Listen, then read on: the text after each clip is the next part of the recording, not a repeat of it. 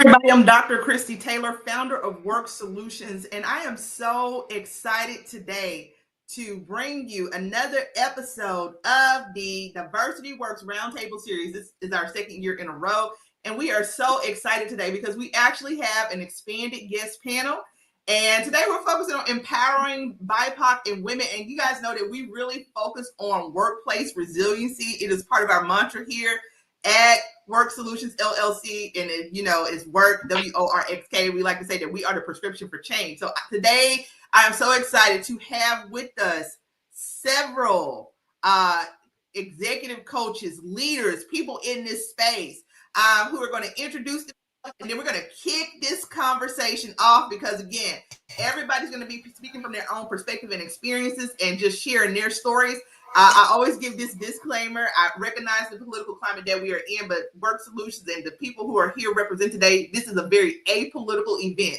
These are all leaders who've chosen to come together, who have chosen to focus on how we can continue to build resilient workplaces. So with that in mind, I want to do a quick go around the room. We'll introduce our guests, and we're going to get started with our conversation. So we're going to kick this off with Julie. She's an executive coach. So Julie, introduce yourself. We're going to hand it off to Marie.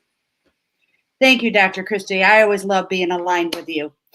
I am an executive coach, and I've recently joined Crystal Clear Business Solutions team, and they are an incredible group of heavy-hitting business coaches, and I'm so excited about what's to come with our collaboration. So that's a little bit about me and who I am. Marie. Hi, everybody. Thanks, Dr. Taylor, for having me. I'm Marie. I'm the founder of Incontrera Consulting, and I do digital marketing, PR, and speaker training and placement. All right. Awesome. Jeni. Hi, Jeni Yelton. I am the co-founder of KairosExecutive programs, and we focus on succession planning and organizational development and coaching in that executive and organizational development space. And my background's been in training and development for 25 years, and I love how people learn. I love understanding people. So I'm excited to be here today and learn from everyone here. Yeah, we were talking earlier. I said, Jeni, you are a woman after my own heart. I love organizational development. And a good friend of mine, Cathy, welcome to the table today. Hi, Dr. Kristy and everybody else on the panel. I'm Cathy Holt, and I work in women's leadership development over 35 years, helping women discover, develop, and then learn to strategically use their leadership superpowers. And I also have a company called DEI Consultants, where I work in that space also. Thank you, Cathy. Charles. Thank you so much, Dr. Kristy. Hi, everyone. My name is Charles Achampong, and I'm an award-winning speaker, best-selling author, and someone who spent many years chasing success without ever catching my breath. And after 2 decades as an executive leading across the public, private, and philanthropic sectors, I stepped off the treadmill and took my family on a year-long trip around the world. And that experience helped me discover and change everything around this idea and concept of the power of pausing.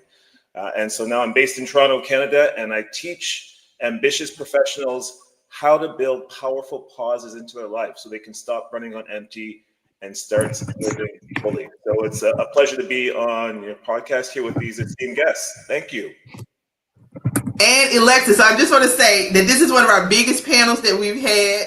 So we added 6 speakers, so we're going to go a little bit longer today and looking forward to a great conversation. Elexus, go ahead and introduce yourself. Thank you, Dr. Taylor. I really appreciate being on here. I'm Elexus Liggins, a lifestyle upgrade coach for women of color leaders. So I empower women of color leaders to build lives that feel better than vacation, right? So we don't dream about the sabbaticals and the PTO, and we enjoy our lives every single day. And what I'm really excited about is after knowing that about 4% of women make up the C-suite, I empower women of color to climb the corporate ladder, and also the women who want to engage in entrepreneurship so that we can have diverse equity and empowerment in our lives. So that's what's really exciting to me, and I'm excited to be here. Yeah, I'm so excited to host you guys. We'll throw a few stats out there as part of the conversations today. And I just want to just kick this conversation off on, just what I love about this is just bringing people together to be able to share their experiences. And so just Charles, from just your initial introduction about the experiences that you've had as a C-suite exec and how you took your family into this space, that is not something that I hear a lot of people of color being able to talk about, right? In my growing up, it was just, you go to college, you get a good government job, and you stay there. And that is the mantra that I follow. So I just want to, let's take this discussion off with you where your work really focuses on slowing down and redefining success. And I think that this is a great way to keep this conversation off. So when we talk about in today's fast-paced spaces where BIPOC professionals often feel pressure to overperform, or just like I kind of just mentioned, kind of stick to that quota that you grew up with, like I grew up with, go to college, right? Get a good job, stay there forever. And the world has changed and shifted so quickly in the last few months, right? I was looking at some stats the other day that when the people who lost their job, over 100,000+ Black women have lost their jobs in federal government. We got to learn to think differently. We got to move differently. So how do you teach people to pause? First of all, I want you to talk about that concept of pause, right? Yeah. And how do you teach people to pause without feeling like they're falling behind? And I would also say, in this context of where we are today, how do you really go about defining success for yourself? Yeah, great question. Lots of great questions in there, Dr. Kristy. And I get the fear because I've lived it, right? So when my family and I stepped away from a global sabbatical, I was terrified that we'd fall behind. But here's what I realized: even if you stay in the race, someone will always be ahead, right? You never actually, quote unquote, catch up. There's always more to do, more to prove. I think that even when my daughter started running track and field, she always kept glancing sideways mid-race to see where everyone else was. Every time she would lose momentum, and eventually, I would fool around and race with her, and she kept looking over my shoulder as I zoomed right by her, and she was feeling very frustrated, and I kept winning. Of course, I had an advantage. I'm older, taller, stronger than she is. But the real reason why I pulled ahead is that I didn't look around. I focused on my lane and ran forward with my intention, my purpose. And that's what I teach, right? Especially to BIPOC professionals who've been told that they have to work twice as hard to get half the credit. Of course, many of us can relate to examples in our lives where that has been true. And the pressure, of course, is very real, but it's always typically fueled by this relentless comparison.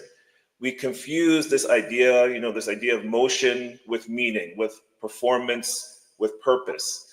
And here's what I tell leaders. When people hear the word pause, as you were saying earlier, they think it means to stop, right? But it's not the same. A pause isn't a period. It's like a comma.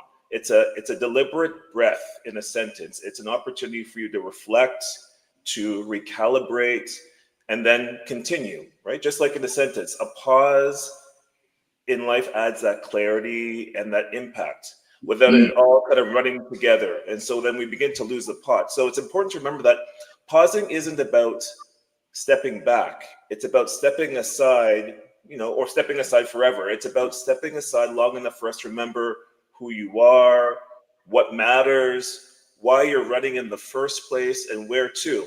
So I always ask people, yes, the race matters, but what if you actually chose the finish line yourself, right? And that's where I think real leadership in my mind begins. Chance, Marie, you want to throw in, and then y'all just, Marie, you want to kind of bounce in there? But I do want to say before we have the first response to you is that there's something that you said we're going to come back to. And one of the things that, we can't always, we as just an everyday individual might not be able, I'm talking about BIPOC women, just whoever, when we're dealing with the systemic and systematic factors that influence our progress in society, some of those things we cannot always control, right? But one of the things that you just said there was that energy is always in motion, and we can control our mindset, which I'm a big proponent of. And that's how we look back through history. So many people have been able to make progress. So let me start with Marie. Marie, give a comment, and then you guys can jump off of each other on that. Yeah, what I heard was that you're never done. And I've experienced that, right? The feeling of, well, I can't jump off because I can't pause right now because I'm not done. But we are never done as high achieving leaders, and especially as BIPOC and women. Oh, Yeah, and I was actually thinking about the fact that the idea of running in that lane and really because I focus on purpose as well. And I think that one of the struggles that we have is that we tend to, and this is, BIPOC, this is everybody, but we tend to set that goal and that line and that win based on other people's goals, lines, wins, based on other people, Dr. Kristy, you kind of shared that in the beginning of the conversation about what you were expected to do. And sometimes we have to stop and have that pause and step aside and say, what do we really want to do? What does success look like for us? And it may not be what other people expect of us. That's what our purpose is, not defined by somebody else. So I love that. Yeah, I would chime in too, because one of the first things that I discuss with women that I'm working with in their leadership development, even if they're already in leadership, is to really revisit who they are, their self-reflection, what are their values, what are their real core values that drive them, because that'll determine their purpose. And it will also, once they know their purpose, it will also create greater impact because they'll put their energies where they want it to go. So it's kind of staying in your lane too, but you have to define your lane. So that's something I really work with women. Yeah, I would say that when I heard pause, I immediately think of having an elevated reset. And so giving yourself that space to really not just connect to your mission, but connect to your pacing. And I think that's a game changer. A lot of us, especially as someone who's neurodivergent, like ADHD, autistic, all kinds of things, it's so hard to measure to the metrics of success that are defined for people who, like, from systems that are built to succeed for you, right? And so for us, like, we, even speaking, right? Speaking is a conversation where it's like, well, you can't speak too fast, can't speak too slow because of the psychology. But for us, it's like, but I want to tell you everything at one time, right? So it's measuring the way that we navigate our lives in a way that's suitable for us without looking at everybody else, because the competition that we have is becoming our best versions of ourselves and optimizing our own path so that we can empower and impact the lives of the people that we love and care about. Excellent. And Julie, what about you? What's your perspective on this? Yeah. So Charles, I was really struck by never catch up and we always have to keep going. Oh my goodness. Think about the growth mindset that we have to have for that kind of situation, feeling like we're never quite there versus a fixed mindset. And we all know in this panel how challenging that can be, but how necessary it can be. So I was really struck by that. As soon as you started talking, I made a note like, oh my gosh, imagine feeling like you can never catch up, you can never get there. But we have to have an end point, and that growth mindset is so imperative in that whole process. So kudos to you. That really struck me, and I hope it strikes the listeners as well. Yeah, I mean, it's so important because I think what's happening is that we're having to figure out how to reconfigure our mindset. Listen, I'm putting myself out there. This is my first stretch in what we call the civilian world, right? I'm a military person. Oh, and y'all, I forgot to say this. If you see me wearing this sash, that's because this is also my platform for Miss Northern States, right? So I am Miss Maryland, Miss Northern States, and my platform is promoting workplace resiliency.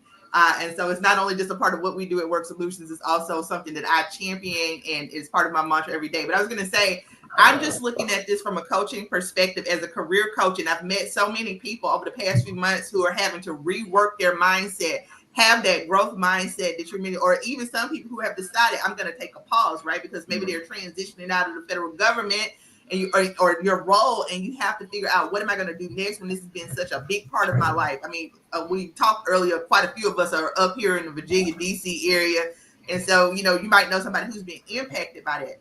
And so what do you do when you have to keep things in motion? I've experienced it myself. If it wasn't, shout out to the best business manager ever, Jules, because a lot of times this year, if it wasn't for her keeping things rolling while I'm, experiencing tough moments, we wouldn't even be here. So, we have to have a growth mindset to continue to push forward. Now, listen, I want to talk to you, Marie, because, when we talk about how to navigate these spaces, no matter what the experiences are, right? As women, as people of color, you help leaders get visible across platforms. Now, that's your specialty, but I know you also do speaking too.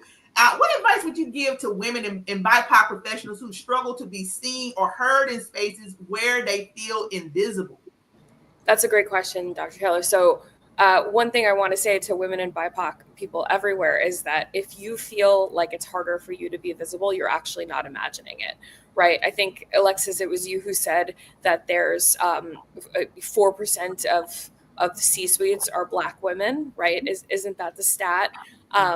It would be just women. It would just yeah. be Oh, okay. Women, right? And so it's even worse for women of color, right? I think there have only been 4 Black women who have been, and that's the stat I'm confusing, four that have been C-suites in the Fortune 500s, right? So you're not imagining it. It is harder for you. It is harder for us. And one of the things that I teach my clients and my partners and everything like that, whether we're doing speaking or PR or digital marketing, you have a responsibility to own your space because nobody else is going to do it for you. So you have to do the work to get visible in a way that you feel safe being visible. It is a vulnerable thing to be visible, but that is what helps you grow. It is what helps you differentiate yourself and pull away from the pack in the goals that you want to create. And the last thing I want to say is that if we're in leadership positions, who we bring into the space and make visible is part of our responsibility. I am very, very, very thoughtful about who I hire, who I bring into my space. I make it a point to hire women and trans people and BIPOC people who might not have as many opportunities as someone else. Yeah, we still have to be conscientious of that. I was just looking at some stats of just women in general, right? 47%, women comprise 47% of the labor force. We make up 48% of entry-level jobs, 39% of managements, 37% of senior roles. We're still very much underpaid. I'm talking about all women, right? And I just did and shout out, kudos to this woman, the American Business Women Association. I did a presentation on Tuesday night to their chapter, and we talked about women and being resilient. And one of the things I'm going to say, and then I'm going to let Julie chime in here to give her perspective on this, is that with women in particular, I just think it's so layered, right? And I'm applying this to women, but I think it really applies to, again, we talk about being a person of color. There's many layers to this. Men, we play so many roles. And the way that I like to say it is like, you think about your life like a pizza pie, right? Somebody's always asking for a slice of a bite of your pizza or a slice of that, right? So it's like, you're not just a speaker, you're a mother, you're a friend. There's so many layers to what we do. So Julie, let me give you a chance to respond to Marie, and then we're going to go around the room real quick with everybody's responding. Certainly. So the word vulnerability stuck out to me, Marie, and thinking about how vulnerable BIPOC women are in today's world. And I'm wondering if you see that vulnerability is embraced in today's world, or it's something that is seen as negative with this population of wonderful leaders. I think it's embraced, but the important thing with vulnerability is owning the narrative. I encourage the folks that I partner with and speak with that when they have a vulnerable story, sharing it on your terms is really important. So that's part of the visibility, is being able to say, okay, well, here's my story, and here's the bookend to it, and here's how I want that story out in the world. Love it. Love it. Thank you so much for that. Yeah. I love that you mentioned vulnerability as well. And I do like thinking about how people think, how people learn, how people behave. And I have an optimistic view of this upcoming generation, because I think there's a willingness in this upcoming generation to be more vulnerable. And that's not just women, but men as well. And I think that is going to create more openness and conversation, and a willingness to truly share how they think and feel about a situation, instead of having to put these masks on. Because you're right, Kristy, we have a lot of roles we play, but then within those roles, we also have a lot of masks we wear. And I think some masks are healthy. Some places you want to behave a certain certain way because of what what you need to do. But other times it's like, I want to be honest and transparent and authentic. And we say that so much. We say we want to be authentic, but then we really don't always allow for that. So I'm optimistic about the kids. So anybody Me who's too. young in this group, I'm optimistic about you because I feel like you're willing to share your vulnerability, where maybe my generation was a little bit not willing to. And I'm so. Say in the context of those layers, Jenny, that we also have to remember that for as much as we might say somebody's taking a bite of my slice of pizza, we're also taking bites too, right? Because there's a friend, and then you're a friend, but somebody's also your friend, right? And you have to examine the context of those relationships simply because of the fact that if it's not a mutual exchange of energy, then you might want to reconsider that. But sometimes when we talk about friendships and relationships, there's different. You might give 100% at once, and that person only give 80. But then later down the line, you might can only give 80. That person give 100. So you have to look at the mutual exchange for sure. Charles, what are your thoughts? Let me I'm narrating the conversation, but let me just let you guys naturally chime in. Go ahead. Yeah, thanks, Dr. Kristy. I mean, one of the things that Marie mentioned that really stood out to me was this idea of being able to own the room and having a sense of healthy arrogance. Right? It's not just coming in and being able to advocate for yourself and to be able to share your story and share your narrative. And I love that idea of having that kind of level of healthy confidence or healthy arrogance. It's not to come in and kind of beat your chest and say, this is me, but being able to own the room, being able to be confident in your skin, being able to tell your story in a way that is true and genuine to you and authentic to you is something I think that goes a long way. And it can be a challenge for people who are in the BIPOC community, right? And the fact that it's not something that's always actively encouraged. And you think about sort of the nature versus nurture piece, and not all of us are accustomed or encouraged to be able to have that healthy sort of arrogance about ourselves. And I like that idea of you giving people a platform to be able to do that. And not only that, but to ensure that rising tides lift all boats, right? When you get to that opportunity of being able to give people an opportunity, a platform or profile to share their story, giving them that opportunity to be able to do so and paying it forward, I think goes a long way as well. So that really stood out to me. Yeah, if you're listening in, one of the things that I'm going to say to piggyback on Charles is just like, hey, we people of color, I'm talking about my experience, taught to be humble. So many times Black women, be humble. Why? I taught at Yale. I went to Harvard, right? I've had so many opportunities in my life. It means like, yes, I'm a humble person, but why should I have to dim my light? Exactly. Right? You know what I mean? I walked in off the street and was commissioned as a military officer, and that was a complete accident. And here I am 7 years old. It's like we do all of these great things, but we're told to like, don't brag about yourself. No, as Marie said, own the room, right? You earned that. You did that. Elexus, what are your thoughts? We'll go to Cathy, then we'll move on. Go ahead. Yeah, so what stood out for me, Marie, was paving the path as a trailblazer. Especially when you're the first person in your family, or especially when it's something completely new, right? So a lot of people know about the 9-to-5 world, but entrepreneurship is a whole nother beast if you're trying to get into that. And so I feel like what comes up in terms of visibility is that people don't talk about how hard it is to show up when the same people that you love are like, what you're doing is so cringe. Like, it's there's like a level of shame of like, oh, but this is who I am. Like this, I need to like enhance my performance so that people take me seriously. Like, right. And so I feel like that's probably one of the challenges of like balancing being your authentic self, but also doing the necessary things so that you can go viral. You can like become like a speaker and be chosen among the few in your path. Yeah, and I just want to say that, sometimes not listening to those words, right? Not listening to the people who even mean well and say, oh, you're working too hard or whatever it is because you're going for your goals, right? Like that's part of the visibility work is you're going to hear a lot of opinions. And so it's taken me a decade to stop listening, right? So that is so hard to stop listening to. There's so many things in this conversation that really resonated with me, but two things. When I work with women, I think part of the confidence that often women, we have this self-doubt, and I'm like, ditch the self-doubt because you are the expert of your life. Nobody else has lived your life. You have, and your perspective is so important because it's different and it brings new ideas. It brings creativity.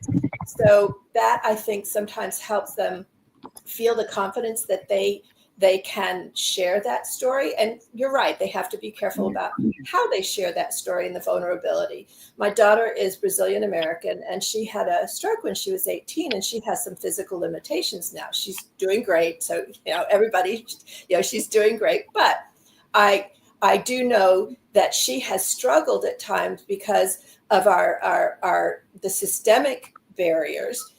Does she talk about that when she goes for a job interview? Does she include that she had to take a gap of 3 or 4 years to learn how to walk again and do things in her life? How does she explain that? Because even though it empowered her because she learned so much from the experience and really thrived after the experience, it's how everybody else perceives it. So you do have to be, you have to really think about where can you be vulnerable and when can you be vulnerable, not because of your story, but because of how others perceive it or how they react to it. That is so important. I know we're going to go a little bit longer today. There's no way without the 6 people on this panel. I just gotta, guys, we do this behind the scenes of managing, but these conversations are so important in this time.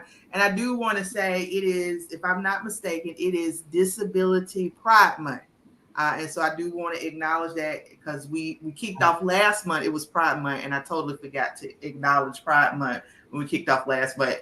So this month is Disability Pride Month. Last year we organized and we threw a theme for each month based on what was happening, right? This year we kind of just picked, 4 topics because we're going to consolidate, but I still want to make sure I acknowledge those things. All right, guys. So this conversation has been good. I want to build off what Cathy said as we throw this next question at Elexus, because Elexus, you talk about helping women of color live like their vacation self. I love that because, we're in this theme of the soft life, right? Why is softness and ease such a radical act of empowerment for us, especially in corporate spaces? Let's talk about it.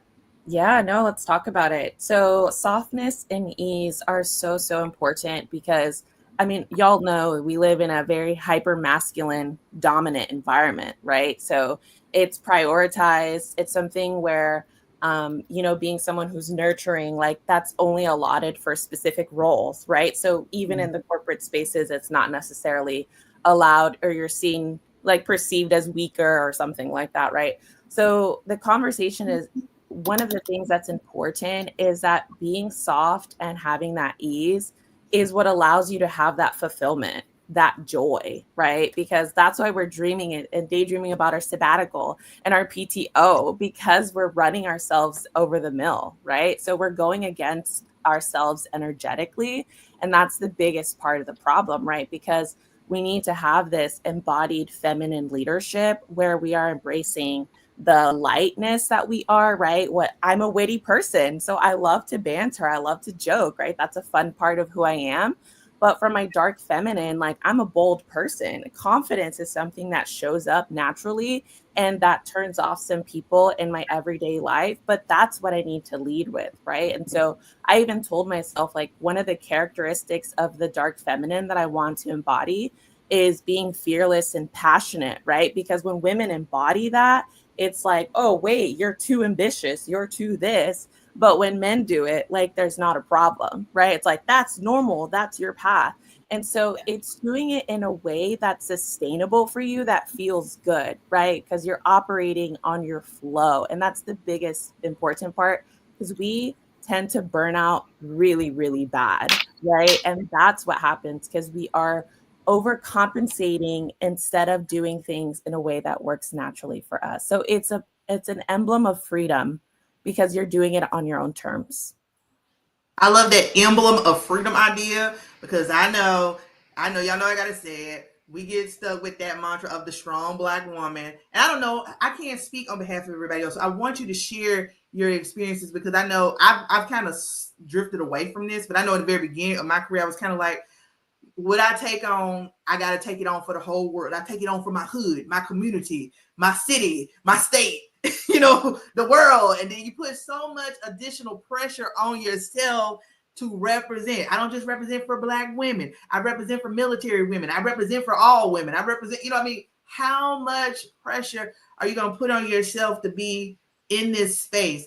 And then, you know, Charles, I'm going to bounce this to you before I bounce it to everybody else, because you're the only guy on the panel. So I want you to also speak from the male perspective of just men can live soft life too. It doesn't have to just be women. Yeah, great point. I mean, the thing that stands out to me is that sometimes you have to make the main thing, right? And sometimes that main thing is you and the self-love and the, you know, and putting yourself first. There's a reason why, I mean, we always use the same sort of analogy time and time again. When you're on a plane, it, you know, descends quickly and the masks come down, and there's a reason why you put the mask on first before you help anybody, family members or others beside you.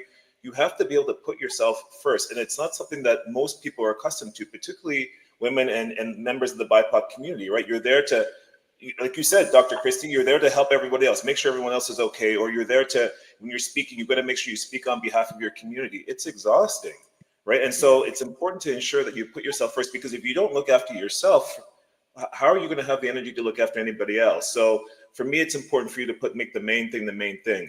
I think one of the other things that Elexus said earlier that really kind of stood out to me is that it's challenging to be able to kind of think about the time off and putting yourself first, because in many ways we become a product of our environment, right? So you are who you are, but then you realize that there's a certain culture or a certain way of being in the particular environment that you're working in, and you feel that you need to change in order to adapt to that. And so as much as you are true and authentic to yourself, you realize that over time you become a product of the environment that you're in, and you lose yourself because you adjust to whatever the norms and expectations are. So that can be a bit of a challenge. I think the big thing to remember is that, like anything else, as I've mentioned sort of earlier around the power of pausing, is that there's a continuum, right? In some ways, there can be the sabbatical on one end, and on the other end, there can be these micro pauses of finding breaks or times for you to find those moments throughout the day where you can reflect, think, take a bit of stock of how things are going before proceeding into the next thing. So I think those are all the elements you have to kind of consider. But I think there are really many good points that were made by you, Dr. Kristy, and by you, Elexus, on that topic. What are your thoughts? Well, one of the things I like changing the verbiage of selfish to self-focused. And I think that's just a little bit different way of looking at it, because it's not, you know, focusing on yourself for certain parts of your life and certain things in your own development is important. I met this woman on the beach and she was amazing. And I was having kind of a lot of self-doubt moment. And I felt overwhelmed about having to go back home and do all those things I had to do and represent everything I had to represent. And she told me, she said, you know, you're kind of like a vessel. And if you're constantly poured out and you don't ever lift up and pour yourself in, you're going to run out of stuff to pour out. And it was a weird conversation, like out of the blue. I think the universe, God, whatever, meant to have her cross my path. But I really felt like I got to take that time. I have to sit back and say, what am I going to do for me? Because you're right. If you don't take care of what you need to take care of, you can't take care of anybody else. You can't represent anybody else because it's too much. Yeah, I think one of the things we have to naturally embrace, even though we are adding this pressure to ourselves, this is the way of the world. You do represent something to somebody. So yes, I was conscientiously adding it to myself just because I know that it's there, right? But I know that it's there. I know that as a Black woman in the spaces that I go in, even when I think nobody's looking, somebody's looking, right? Young people are always observing me in terms of how I carry myself. I fought with myself over the course of the last few months. Do I continue with DiversityWORxKS, right? But I said, we have to be leaders in this space in terms of how we navigate these difficult situations, right?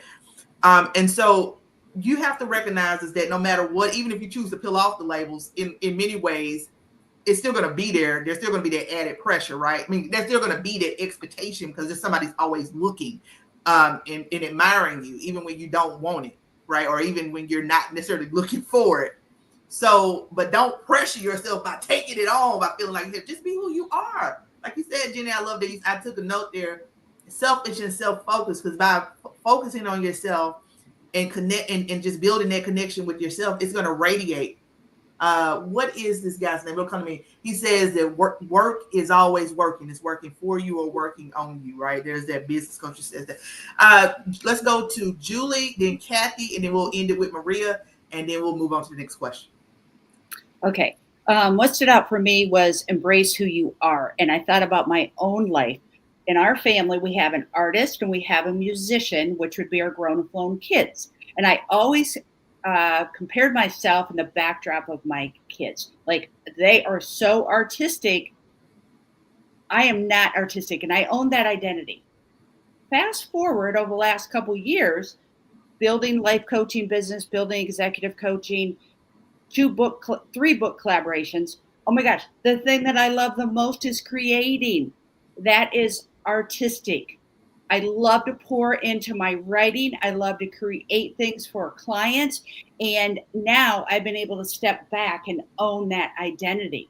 And like you said, Dr. Kristy, we need to teach BIPOC women, we need to teach women in general not to be humble, to stand up and own the room, own who you are, because we all have gifts and talents. And how painful to sit in the background and say, well, I'm not this, I'm not that.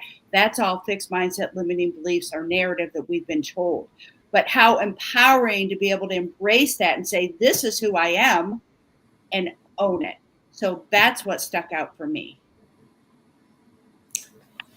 And thank you, Elexus, especially talking about, the kind of the pause, and also Charles, the pause and the self-care, because I really do think, as Jeni said, if we're empty, if we have nothing to give, then we're not only doing disservice to those we serve, but we're doing disservice to ourselves, because we can't take care of ourselves.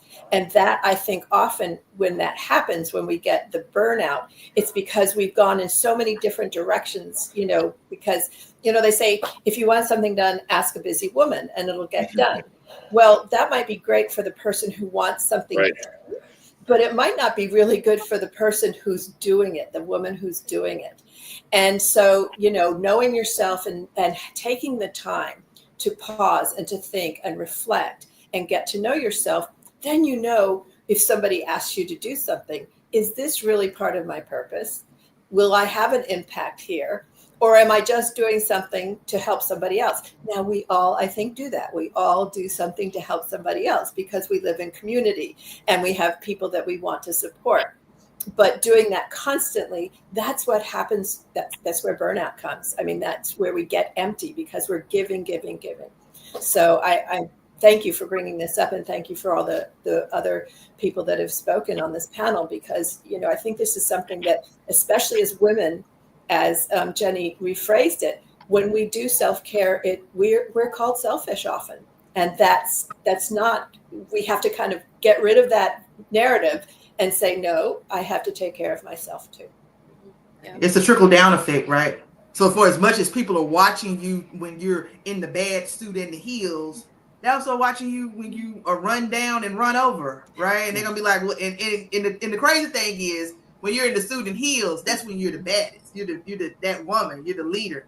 And as soon as you run down and run over, it's like, well, what happened to her, right?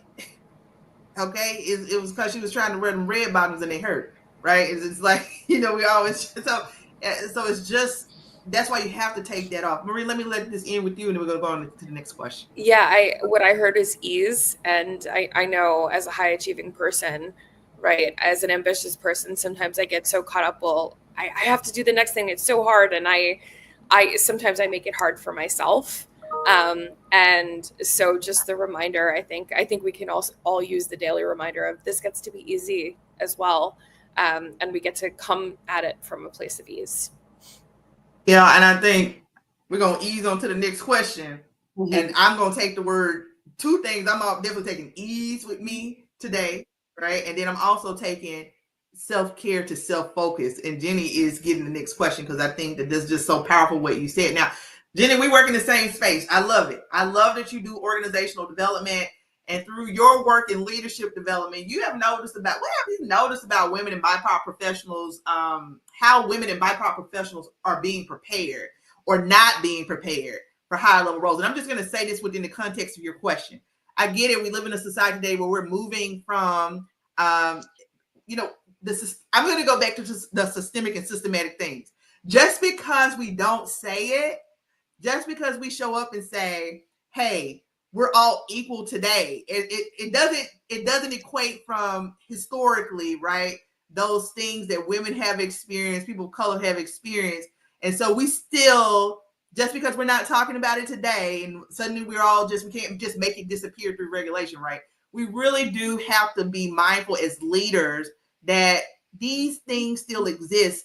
And it's about, I think Marie said it earlier, it's about how we're cultivating those environments. And that's why I love working in this OD space. So from your perspective, Jeni, how are women and people of color not being prepared for high level roles, or how are they being prepared? What are your good and bad observations about this? And what can we do as we focus on building these resilient workplaces and spaces to really cultivate these environments where everybody thrives?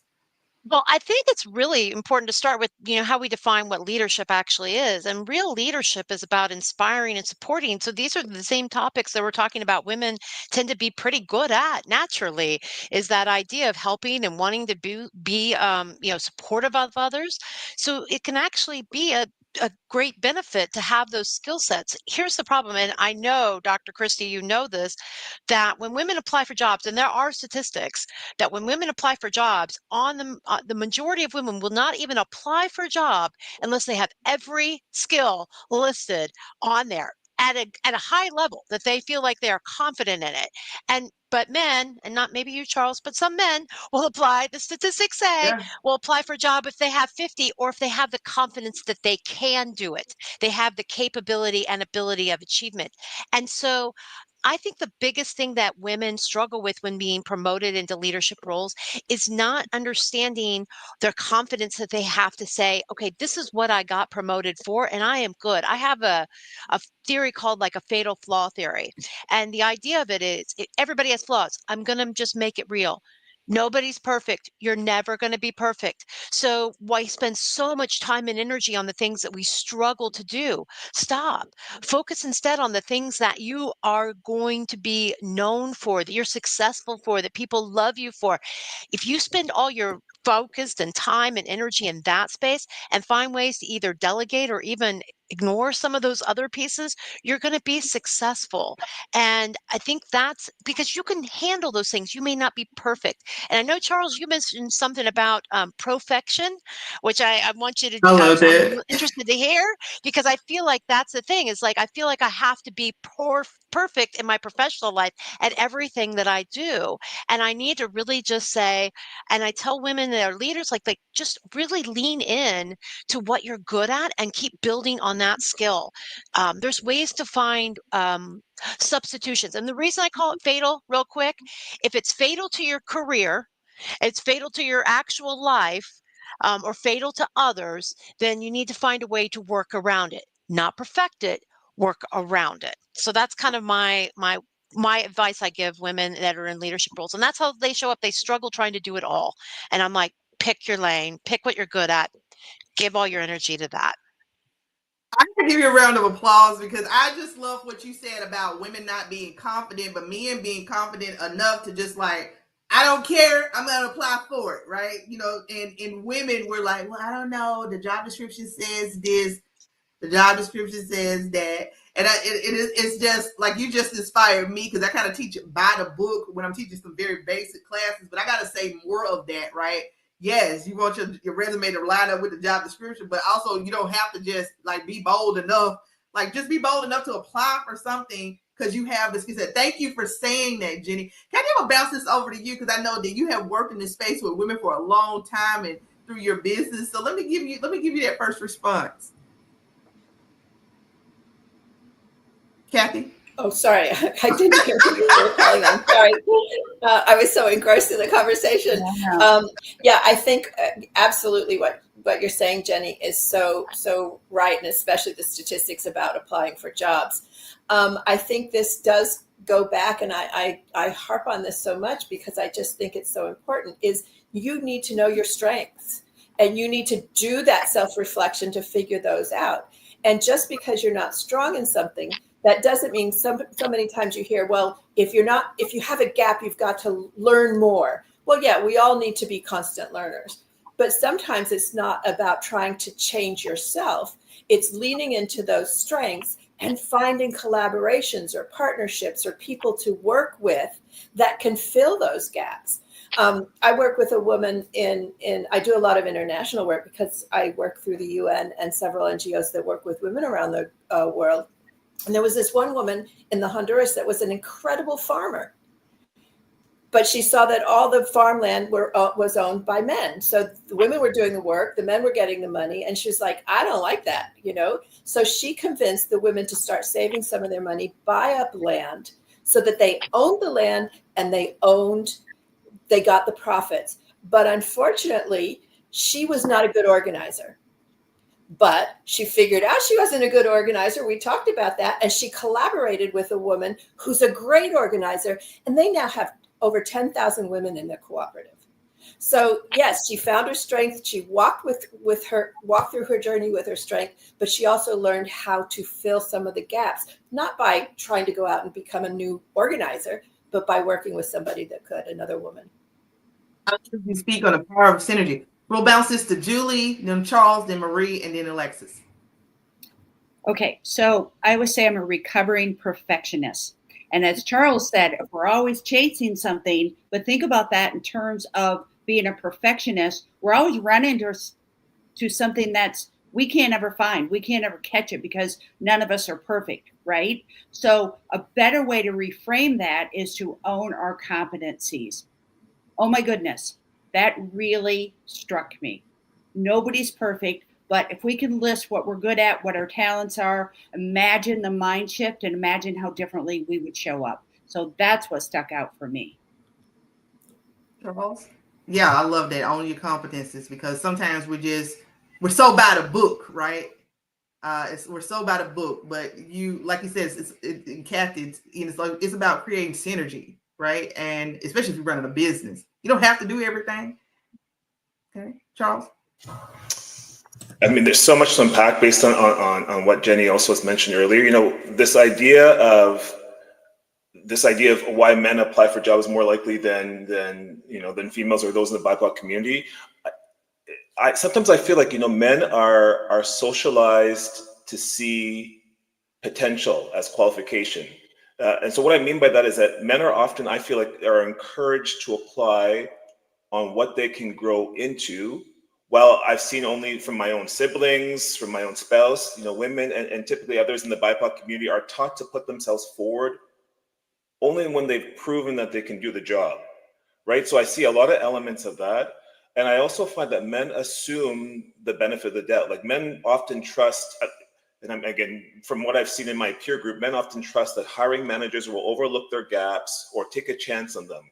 And women in BIPOC communities and candidates often see, on the other hand, that they feel that they have to tick every box just to be seen as credible, right? So I think those are some of the elements there.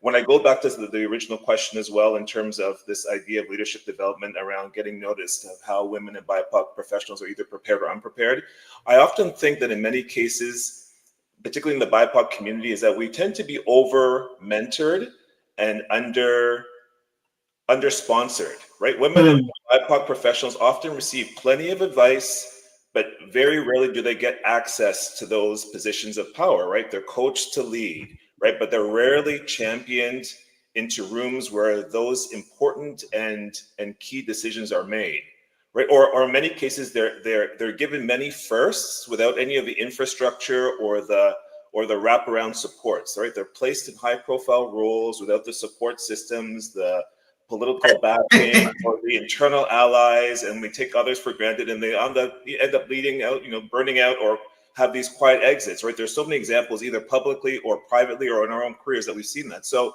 those are all things that I think about my own lived experience and where I applied, and that's where it sort of comes to fruition and to the forefront from that perspective. That is so timely. I don't know if you've guys ever read the book by Sylvia Ann Hewitt, who really coined that forget a mentor, get a sponsor, right? That book really changed my life in terms of what is, and I think that we as people of color, again, I'm saying that because that's what I am. But being Black is the longest, it's my most longest experience, 42 years of experience in that space, right? But we are often told to get a mentor, and we are not told to get a sponsor.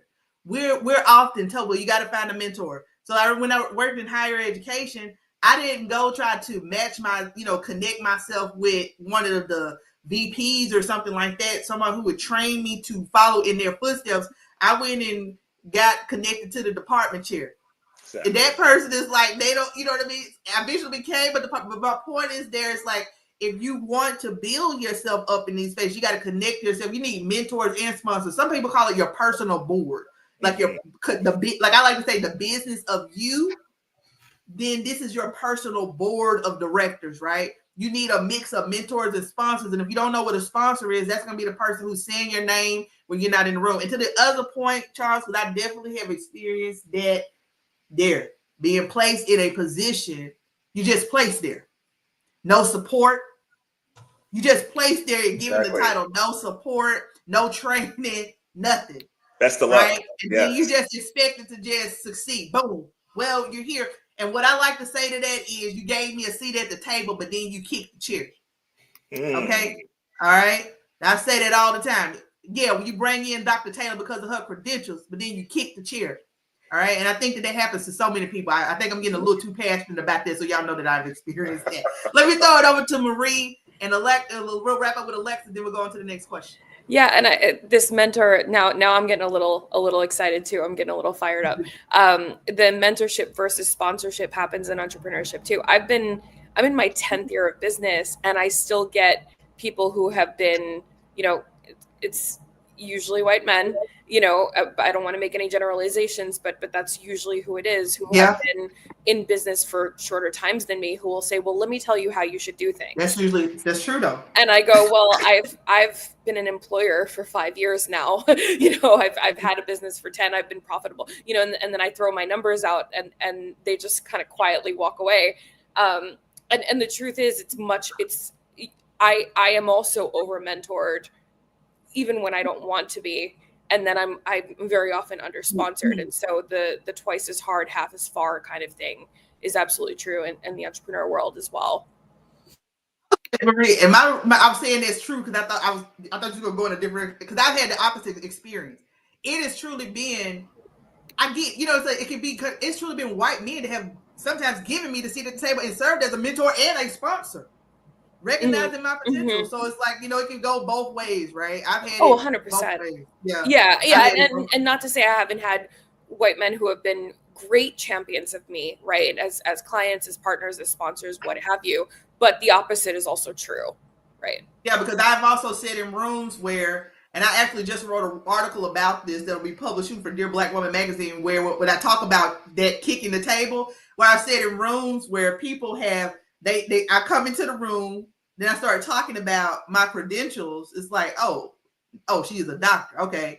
Oh, she also got a degree in history. Oh, she got a degree in this, more degrees in the thermostat. And people start looking at me like, okay, they didn't expect that. So I've experienced both. I've experienced where people have stepped in to really champion me. And then I'm sure we all have, right? And then also where people have invited me to the table to kick, and baby, they will kick that chair. You just stand up at the table and barely get a plate. Alexa, let me get the last comment. Jeni, I'll come back to you. Okay. Yeah. So, wow. No. The fatal flaw, Jeni, chef's kiss on that. Chef's kiss on that. And Charles, thank you for saying about being under-sponsored and unsupported. That is so huge for us as women of color leaders, because there are a lot of times where women of color leaders are set up to fail. Like, you're not set up to succeed, right? Because you don't have the training, because you don't have the support and stuff like that. But I think the part that, really resonates with me is the delegation, like not forgetting that the delegation isn't just at work, it's at home. So especially because we're really spread thin, right? Because we have the multiple roles, like Dr. Kristy said, we're wives, we're moms, we are friends, we are all kinds of roles. And so we kind of get like, if I were to outsource cleaning, if I were to have meals delivered in my home, like, that's bad. Like, that means I'm not being productive in my own home, blah, blah, blah, blah. But that's what we need, because we're saving 4 hours of grocery shopping and we can literally rest and relax, right? So I feel like understanding the balance for BIPOC and women of color is understanding that we have been talking about this in an individualistic lens remembering that community is so important. And that means having your support structure and not relying on corporate or anybody else to build it for you. It is our responsibility to build that support infrastructure in the home and outside of the home. And that's the challenge that I think is what will refresh the leadership for ourselves, knowing that I have so-and-so mentor, I have so-and-so sponsor, but I also have like my business besties, right? Like Marie can understand this. Like I have business besties that I have branched off because my friends are tired of hearing me talk about my business because we're focused on our personal life. And so I think that's the nuance of understanding that it's not that my friends aren't supporting me because they are championing me, but it's also amazing to be supported in the lanes of where our expertise lies, business and our professional careers, and so on and so forth. Thank you so much. Jeni, you had a comment you want to drop. So we're going longer anyway. Yeah, just one last little when you do get into that leadership role, the biggest thing is we need to be sponsors and advocates for other BIPOC women, because that's where I think we sometimes feel like it's a competition, and so we don't.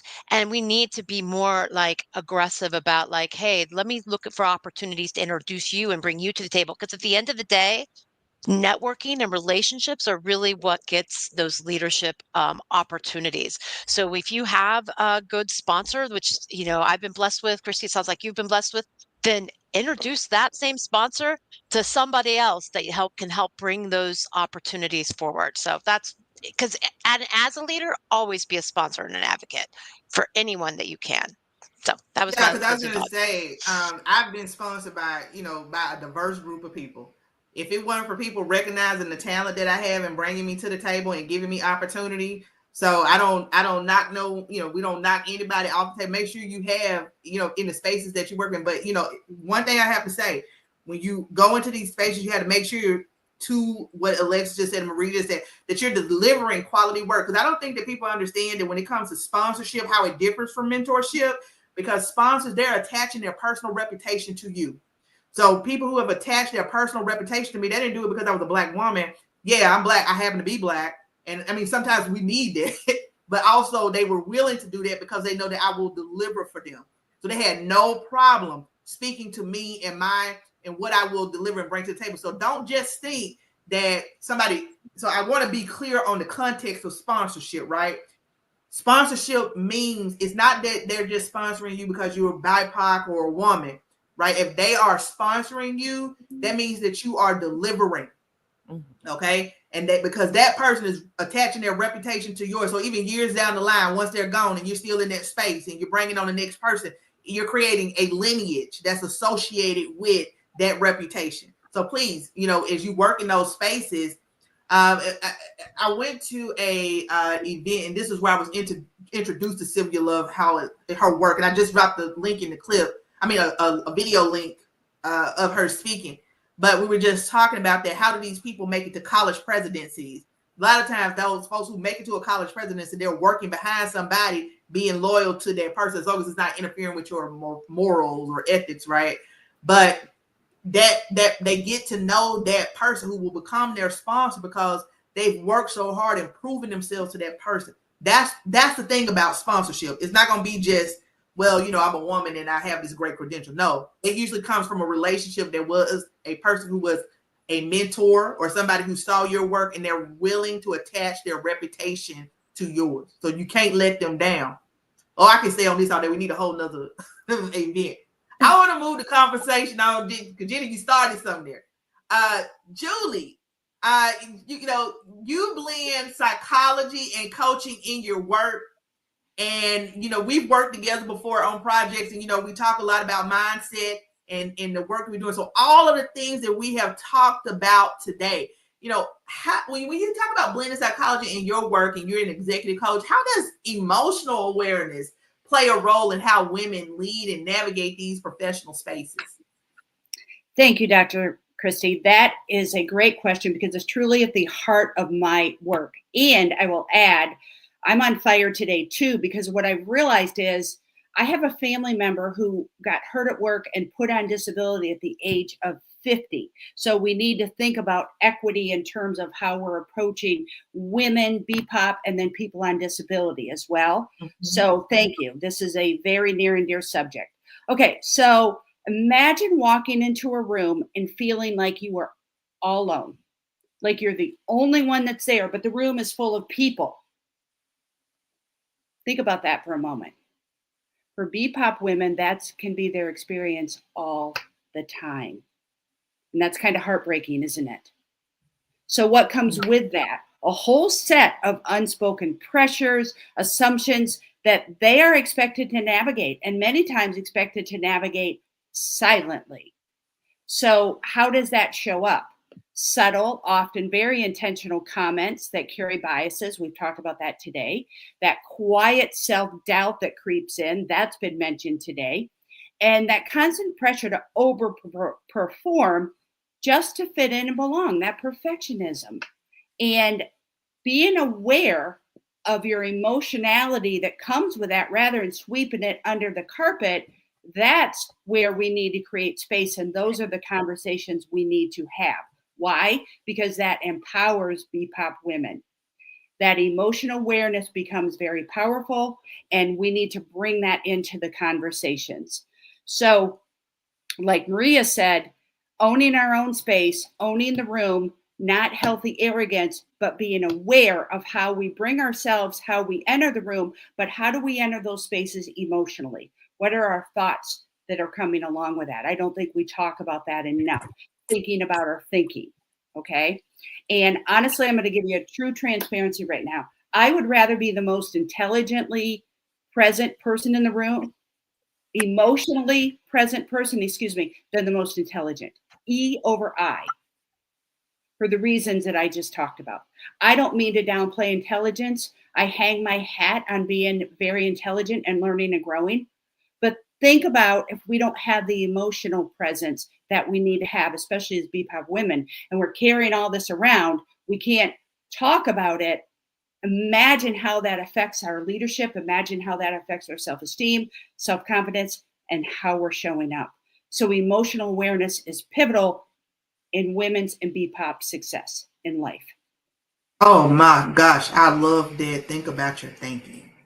Like, and that's what we were talking about earlier, where it's like, it's going to happen anyway. Why put it on yourself? As women, you're going to, all of these layers, and I'm not leaving men out, right? Because it happens too. There's this societal pressure for men as well. It happens too, right? These many layers. But think about your thinking and being conscious of that. Alexis, how do you respond to that? Wow. Thank you, Julie, for sharing that. I mean, I think what really stood out for me was emotionally present over intelligent. That's the part where we really connect as human beings and really see ourselves, like what Jeni said, with the flaws, right? Like grounding ourselves because I think one of the things that's intimidating for me as someone who hasn't climbed the corporate ladder is sometimes like you can think to yourself, oh, well, I've never been a VP. I've never been a director. So I shouldn't be speaking to these people, right? I shouldn't even try to have a conversation because I'm beneath them in a sense, right? But that's not true. It's not true. They've been, they've climbed their way up. They didn't start immediately as a director, right? So understanding that everybody has their own emotional experiences and connecting with people as people first is the most important, which I think will create that understanding of different groups of people, especially disability, because we know when it comes to disasters, like the disabled folks and the elderly are the last to know typically. And it's really, really hard. So, I mean, I can imagine in the workplace, it's a different scenario, but that's just context. And if you don't know anything about the disability community, then you're disconnected as well. That response, Marie? Yeah, I think that's something that is we don't talk enough about as leaders is, the fact that being able-bodied, for those of us who are, is a temporary condition, right? So all of us at some point are going to need support, whether it's including things like going through menopause, because that has changes to your cognitive ability and your physical ability and all of those things, we as leaders need to make sure that we provide support to our people, that we understand what all kinds of abilities have in the workplace. I think that that's just something that, I think we don't have a part of the conversation enough.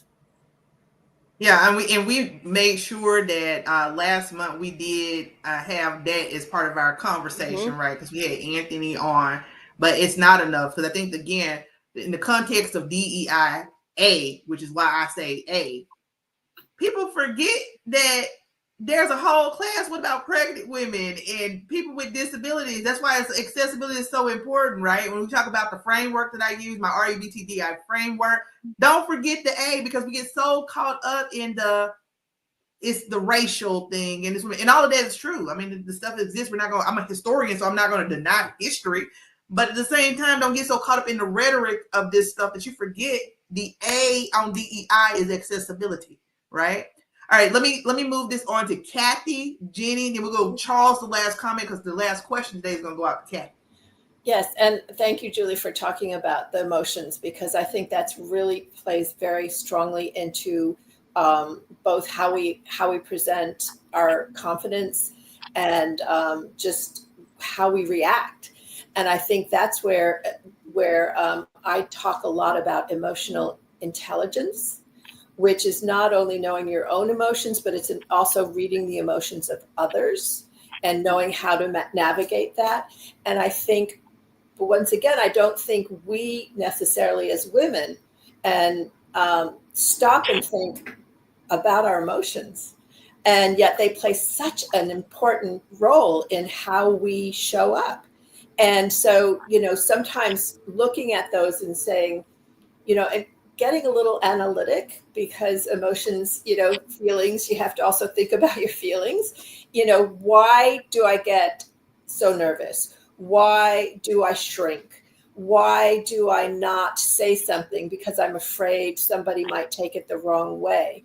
And the emotional impact of doing those things are devastating on us. Because we are not being ourselves, we're not being true to ourselves. And I think it was maybe Jeni earlier that talked about wearing masks. That's putting on masks, and that's not healthy for us emotionally, or any other way in our leadership. So the one thing that I think is I guess welcoming nowadays is that if you look at any like Harvard Business Review, Forbes has written articles about it, the corporate community is starting to understand the importance of emotional intelligence as a leadership skill. And so there's hope. But I do think personally, we also have to really look at ourselves and say, why am I doing this? Why am I feeling this? And address it also. Listen, guys, I think one of the things, if you're a women person of color that you're listening to this today, guys, we're living in a time where we can't afford to shrink back. Like I said, I'm a historian, and immediately after this event today, I'm headed up to Antietam, because I was like, I have not explored any of the battlefields around me, right? And I live here in the Virginia area. We can't afford to shrink back. You need to be a bold leader. You need to be the person that is not only a mentor, but a sponsor. You need to be, I said, I debated, do I keep doing these DiversityWORxKS roundtables? Yes, heck yes, right? We need this space where we need to have these discussions, because the work does not stop. It continues. Jeni, what are your thoughts? And then we'll go to Charles, and then we'll go to our last question today. Yeah. So one of the things I like to redefine things. And I think one of the problems with the word emotion and emotional is has a negative connotation, and it shouldn't, because emotion is the Latin from modum, which is movement. And you have to have passion and motion to move forward in anything that you do. So I think taking away the negative connotation behind the word emotion is part of the process. And I love EQ. And I agree, the EQ is so much more dominant than IQ, only because your IQ can be set, but your EQ can always change and always grow through your own awareness for yourself. And to your point, Cathy, of others. And I think that emotional awareness of others, especially in diversity, I broke my leg very quickly, broke my leg earlier this year, and I was actually in a wheelchair for almost 2.5 months. And being somebody, and I always thought, oh yeah, there's handicap accessible. I had an awareness now that has made me more conscientious of other people and other spaces. And so I tell people all the time, and I'm glad that you're continuing the conversation, Kristy, and DEI, because I think that's the awareness piece is my goal. I just don't, I don't want people to feel the same things I'm feeling. I want them to be aware that I have those feelings. And so, but you have to purposely put yourself in spaces where you can be aware and acknowledge the differences that people live in, being that one person in the room. And I'm not saying break your leg. That's not, that's not what we're saying. But I am saying, be more cognitive of the spaces around you, the people around you, the interactions around you, because that's what makes emotional awareness really blend. Because once you're aware, then you can start to build on that skill. Because when we talk about emotional intelligence, you made me just think there too, Julie and Jeni. We talk about cultural competence and cultural intelligence, which I want to take that word cultural intelligence, right? Like you said, Jeni, you don't have to break a leg, because this reminds me of something I said last year. Like, just because we're doing cultural competence doesn't mean that during Black History Month that everybody has to show up in a dashiki. You get what I'm saying? It's just having cultural intelligence, right? It doesn't mean that during Women's History Month that you have to show, it's just cultural intelligence about the spaces and places that we're in and having that sense of awareness. Great point, both Julie and Jeni. Let me give you the last word on that, Charles, and then we'll go to our last question.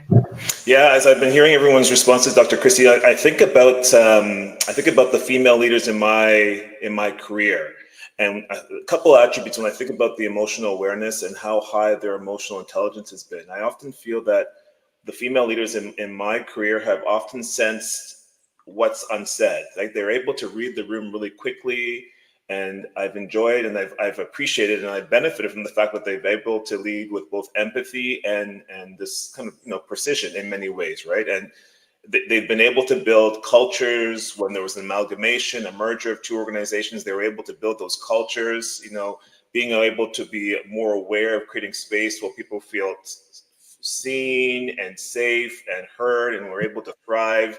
And I think that's a unique skill set. And I think, if anything, because of their strong emotional intelligence, they were able to raise the bar for all of us as well, right? And I think that lasts. But I think for me, the downside is they become so attuned to others.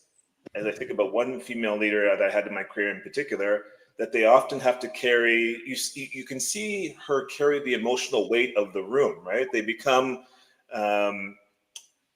the unofficial fixers. They become the buffers, the moral keepers. They're doing all this invisible and critical work, but are rarely recognized or rewarded for the extra work that they have to do for taking this on, whether intentionally or unintentionally. So they're both the benefits of having that emotional awareness, but there are also those downsides for the fact that is not often recognized. It's gotten better, as I think was mentioned earlier by Cathy, but it still has a long way to go. It does, and I think that we can keep building there, because this is probably the only time that I've ever allowed a conversation to go beyond an hour, and it's been so worth it just to give you guys that natural flow to be able to talk. Mainly it was because of the replays, right? We only do it in 58 minutes, but I'm not worried about that at this point. I wanted this conversation because it's so needed, and one of the main points that y'all have made when we talk about emotional intelligence is that sometimes as women, the aspect of us being nurturers naturally is often, I've heard you say this time and time again, Cathy, is often like, oh, well, she's just emotional. When we know that when women are able to bring this into those spaces, the corporate spaces and workspaces, the result is often what we see you just mentioning here, Charles, being able to do those mergers, because it takes nurturing and it takes a certain strength to be able to help people to navigate change. So I'm going to throw the last question out to you, Cathy, because you have been advocating for women as change agents for decades. You joined us last year. You were part of our initial kickoff discussions last year when we started this, and we've had an opportunity to collaborate. We just have some private discussions on Facebook. And so I really, from your perspective, what have you seen shift over time in terms of us being change agents, and what patterns are we still stuck in when it comes to centering women in leadership? There's a lot to speak on here. Yes, thanks. That is a lot, but I'll try and encapsulate it a little bit. I think that part of what gives me hope and is that whole shift in the leadership paradigm, that the old command and control and authoritarianism is now starting to be recognized as not productive or not increasing production. And since corporations and organizations are really centered on, results and outcomes, they're seeing that when they bring women to the table and bring diverse women to the table, that the outcomes are so much better. So there's actually now, there's data, I guess, to back up what we've known for a long time, that when we are at the table, we lead differently.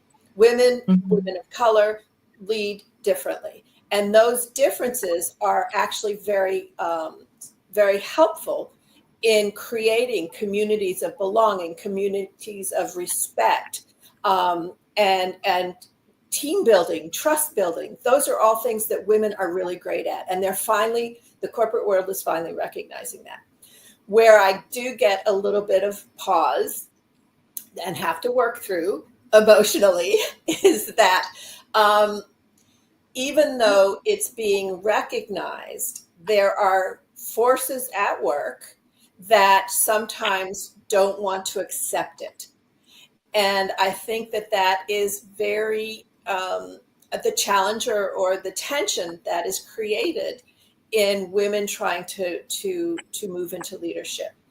We still have the mommy penalty, for taking time off and falling back in your career. We still have pay equity issues for the same job and the same competencies. So there's we go back to those systemic things that still haven't caught up with the understanding of the value of having women and women of color at the table. So, that's creating a little bit of a tension, but we're working through it. And, statistics speak in the corporate world.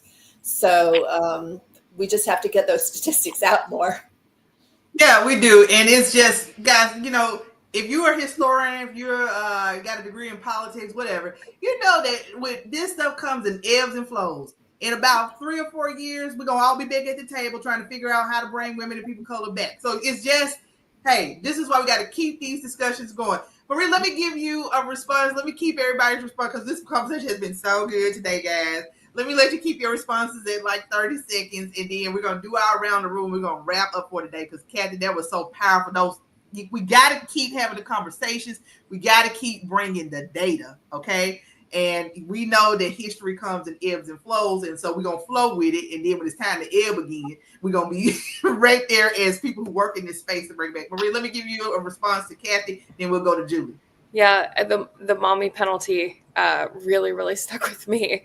I, as somebody who is child-free by choice, I recognize the privilege that I have, that I don't have the time out of the office. And I see my friends who have taken that time feel like they're behind, right? They didn't get to, that's always what I hear. They didn't get to do this or that or the other thing. So thank you for bringing that up. Wow. Yeah. Cause I'm not doing it by choice, but since I am in my 40s, I think that life it is what it is, right? But I'm still going to enjoy the ride of the experience. Hey, Julie, what's your response to Cathy? Again, keeping these conversations going. Lead by example. I'm thinking my wheels are turning about how I can incorporate all these wonderful aspects into my executive coaching. That's it. I have work to do. How am I going to show up to keep the conversation going? Yeah, I think that this conversation today has 1000% even changed the way that I'm going to approach some of the stuff that I do, even in my own business. And again, and I will say, Cathy, we've started, if people who attend our workshops, we have started including stats in the workshops. We do those free weekly workshops. We've started including stats in our workshops because people need to see the data when it's associated with whatever we do, whether it's like resume, right from the simplest thing. We started just coming with the facts And I encourage that because we got to keep these conversations going. Charles, let me give you a response. Yeah, I mean, one of the things I think I see as promising in many ways is that women, and particularly the BIPOC community, aren't asking for permission anymore, right?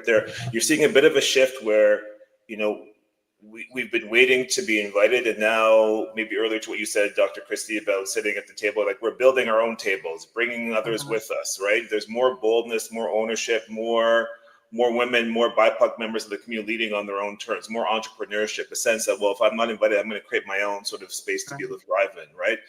But the other side I see that there's still some work is the fact that we still, in many ways, celebrate women who lead like men and penalize those that don't, right? And so there's a dominant mold or this perception of what strong leadership looks like. And what is this, and it wasn't really initially designed for women in mind. And so I think too often we've seen that women are expected to be operating like men in a quote unquote men's world. And I, as someone who has seen, other women, work within the workplace, it can be a very, especially for the BIPOC community, it can be a very narrow lane and very exhausting to be in. So, there's progress in one area and there's obviously work to do in other areas when it comes to that sort of narrative. That's coming to Elexus, and then we'll go to Jeni, and then we're going to do our around the room. Go ahead, Elexus.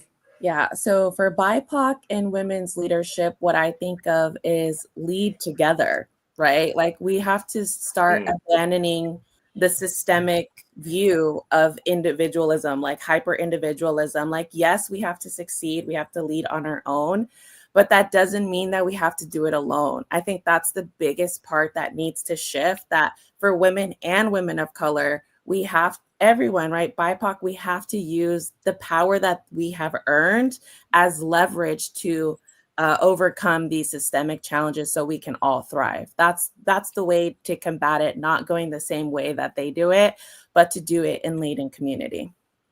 Yeah, because I mean, when she talks about getting stuck, a lot of times that getting stuck is because we feel like we got to do it alone, or we feel like that once I make it here, I got to knock everybody down to keep them from getting here because they might take it. Girl, don't nobody want your little 95,000. All right, let's come with the Jeni, then we'll do an around the room.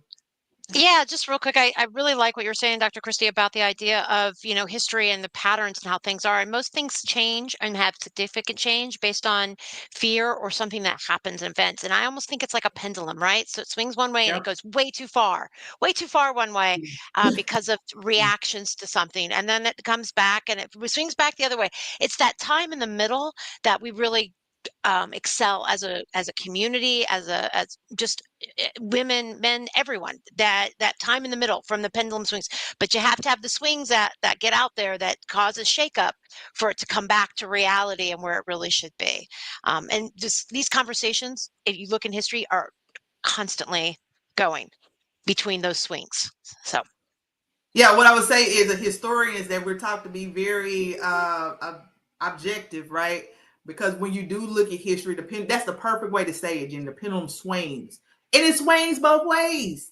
And so it eventually comes back to the middle. And that's when you, as a leader in this space, we're going to have to be prepared for when the conversation comes back to that middle and everybody's ready to push forward. But in between time, while it's swinging, y'all know we go to the fair, you see a little pirate ship that goes up like this there. When it's swinging, you got to kind of just stay centered. All right, guys, today has been a super powerful conversation. I'm so glad that we were able to bring all of these leaders, diverse leaders, to the table and have conversations that needed to be had to keep this stuff going in terms about where are we in terms of resilient workplaces. Now it's time for everybody to give their shameless plug. You have about 40 seconds. We're going to do it around the room. Start with Julie. 40 seconds, go. What do you got coming up next? Where can they find you?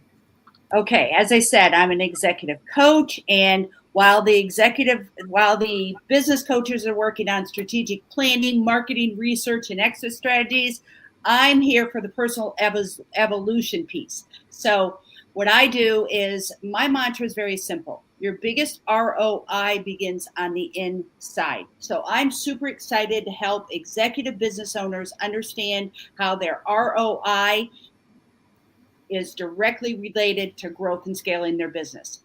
As far as what I have going on, Dr. Kristy, prescription for career success. And I'm sorry my background is blurred so you can't see it, but I'm super excited to be teaching workshops on the 5 pillars of resiliency. And then the other one is, this is hot off the press. Thank God it's Monday, and it's another book collaboration. And I'm super excited to be teaching Millionaire Mondays. And I'm using you as a platform of how I can springboard monthly themes and roundtables to be able to educate the world. So thank you for having me today. It's been a pleasure, and I hope that I have served, and I know we have all delivered. You all have delivered. Marie, what do you got coming up next? Well, thanks so much for having me today. So you can find me at Incontrera.com, and that's my last name, or follow me on LinkedIn.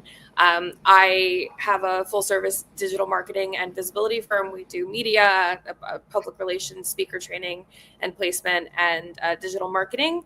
And up next Wednesday, I have a webinar. So if you follow me on LinkedIn, you'll be able to find me and sign up for my webinar. I do a webinar weekly talking about, I eat my own cooking when it comes to being really visible. So the easiest way to learn more is to join one of those. All right, we're popping up your websites. This stuff will all be in the chat. Jeni, what's coming up next? I'm so honored to be with all of you today. Thank you, Dr. Kristy, for including me. I work for KairosExecutive Programs, and we do focus on succession planning in organizations, and really within that, organizational development, culture, and leadership development skills. And we've got Will, my partner, who you've talked to and you're going to have on future podcast. He actually just finished he's getting ready to finish another book. One of his book has really been successful. And so we use that leadership and the seeds of leadership as part of our training program. And then I'm working on a book, and Will is really pushing me to get it done by the end of the year. I don't want to put out the title yet because, that kind of creative side changes a little bit, but it's really going to be focused on how you define your purpose and looking towards purpose. So I've got a couple of speaking gigs coming up. Please follow us and go into Kairos Executive Programs and look and see what we have to offer for you. Thank you so much. Cathy, what do you have coming up? Yes, well, as I said earlier, I do women's leadership development and empowerment coaching, and I do have a book. It's Unstoppable Women, Owning Our Voices and Leading Change, that came out this year. And in it, I talk about how the different aspects of leadership and qualities that women have and are usually inherently great at. And so and then I have a framework called the LEADS framework, where I bring women through the different steps of discovering their capabilities, developing them further, and then learning how to use them strategically to avoid burnout.